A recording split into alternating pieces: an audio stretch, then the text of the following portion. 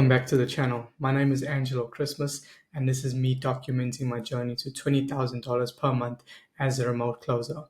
So, in today's video, I have some really exciting news to share with you all, and also it's going to have a huge impact of me getting one step closer to making $20,000 per month.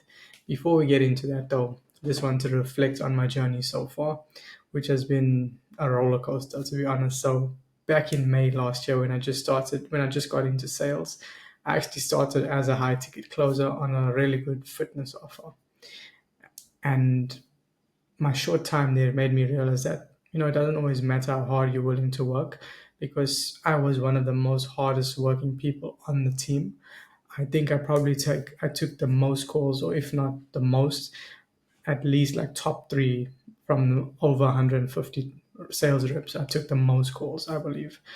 And although I did that, I didn't make anywhere near the amount of money other people were making. And that's just a nice example to remind ourselves is that it's not always about how hard you row the boat, but also it's about which direction you're rowing the boat and what kind of boat you're in. So what I mean by that, although I was prepared to work harder and more hours than everyone else, because my skill set wasn't where it needed to be, I still wasn't able to produce the results I needed to produce in order to stay on the team. And as a result of that, I was let go because I wasn't performing to the standards I needed to perform at. It was my first sales role, and it was my first time closing, and I wasn't able to make it work. It was all my fault. I take accountability for that. But I never gave up there. From there, I always knew I wanted to do closing full time, but I also knew that my skill set wasn't where it needed to be. So ever since then, I became an appointment setter, and I've been working towards saving so that I can invest into myself and my skill set before getting back into closing. And throughout my time setting, I initially was setting for a business coaching offer, which helped people buy established and profitable businesses with no money down. And throughout my time there, I became the top setter with the most attended calls on the calendar. And then when it came to November last year in 2024, I saw on Facebook that they were hiring again for the position that I was previously closing for the fitness coaching offer.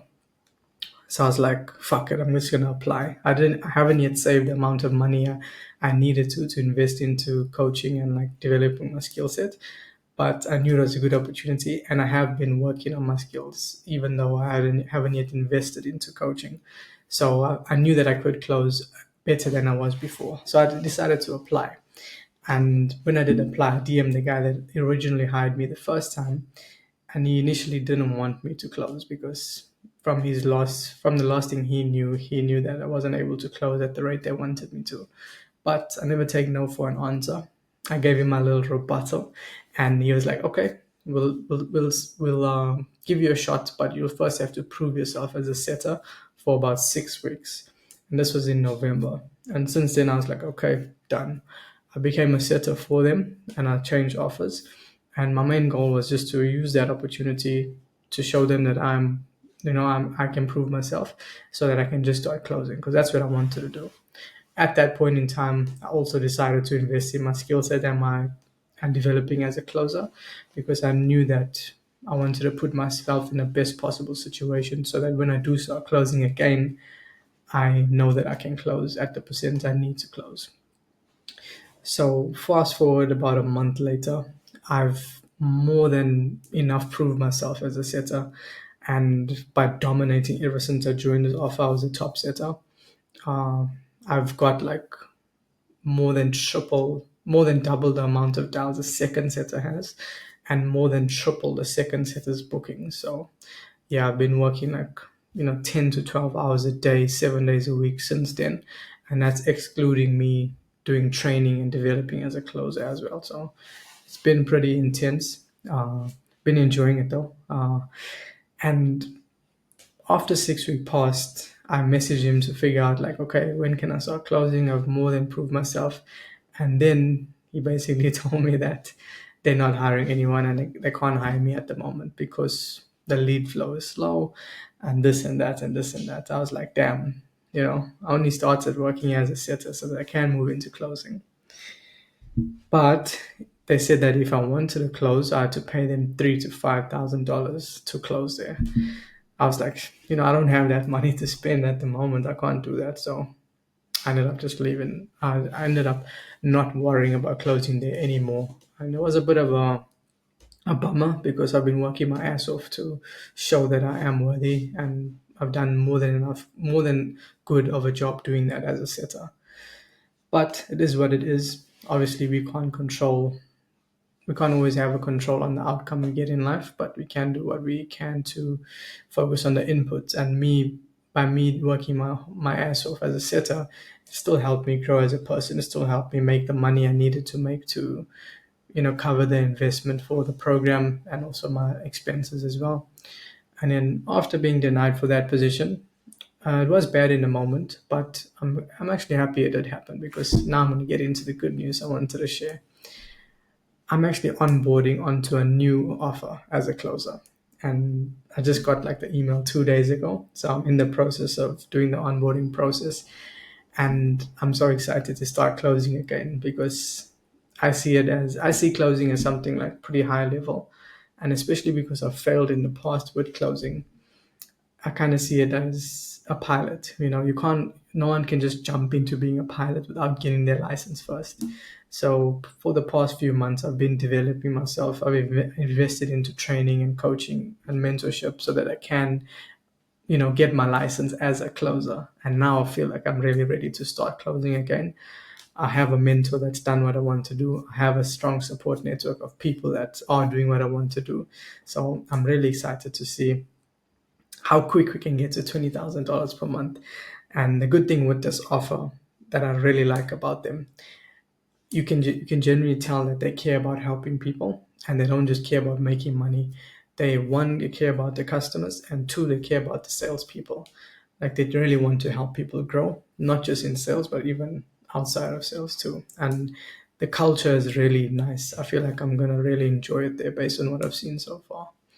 So although the previous company I was working at didn't work out in terms of closing there, I'm happy it didn't because at that company the earning potential is good. Like there were people there making 20, 30, even up to $50,000 a month.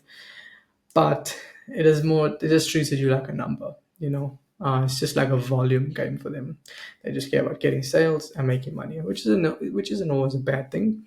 But with the offer that I'm onboarding now, it's a much better work environment. It seems like there's a much better environment in terms of the salespeople and also the coaches as well. So I'm really excited to start closing for them, and I'm happy to know that everything's starting to fall into place now, and my days of appointment setting are pretty much over, to be honest, because I'm tired of appointment setting now. I've been wanting to close for so long, and I'm happy that I actually have a good opportunity to do that because the lead flow on this offer is also pretty good. So that's nice. That just means that if I want to take calls like 10 hours a day speaking to people, I can do that, which is nice to always have in an offer. But that's the news I wanted to share. I'm actually onboarding as a closer, and I'm going to be documenting that journey every step of the way, from the time I start taking calls till the time I get to $20,000 a month. I'm going to be sharing my wins, my challenges, the hurdles I'm facing, and whatever I learn along the way as well. So what I want to finish off by saying is that you should never let your past failures hold you back from becoming the person you want to become.